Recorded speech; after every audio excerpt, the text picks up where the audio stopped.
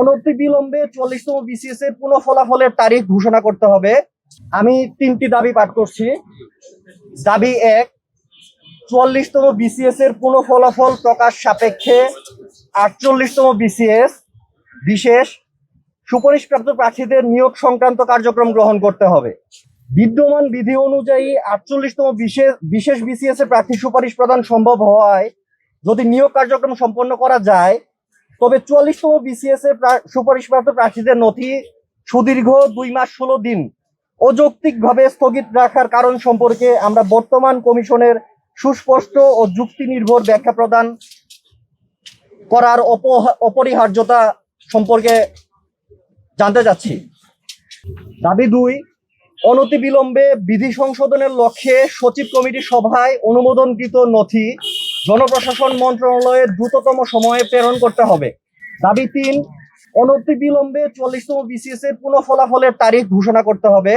বিভিন্ন গণমাধ্যমে প্রচলিত তথ্য অনুযায়ী বাংলাদেশ সরকারি কর্ম কমিশনের রোডম্যাপ অনুযায়ী বিসিএস পরীক্ষার কার্যক্রম চলমান রয়েছে বলে উল্লেখ করা হচ্ছে, কিন্তু এর যথার্থতা প্রশ্নবিদ্ধ।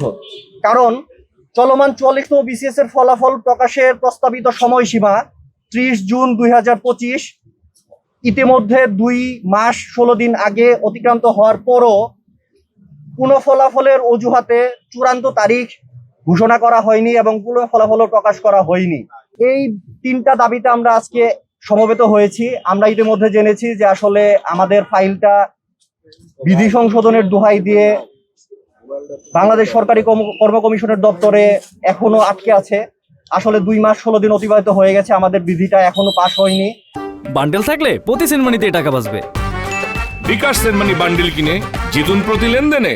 এটা কবে পাস হবে এবং ৪৮তম বিসিএস এর ইতিমধ্যে যে নিয়োগ সুপারিশ করা হয়েছে, এই ফাইলটা আমরা জেনেছি যে ইতিমধ্যে চলে গিয়েছে। তাহলে আমাদের ফাইলটা ৪০তম বিসিএস এ সুপারিশপ্রাপ্তদের ফাইলটা কেন আটকে আছে, এটা সুস্পষ্ট কোনো ব্যাখ্যা আমরা এখনো কোনো দপ্তর থেকে পাইনি।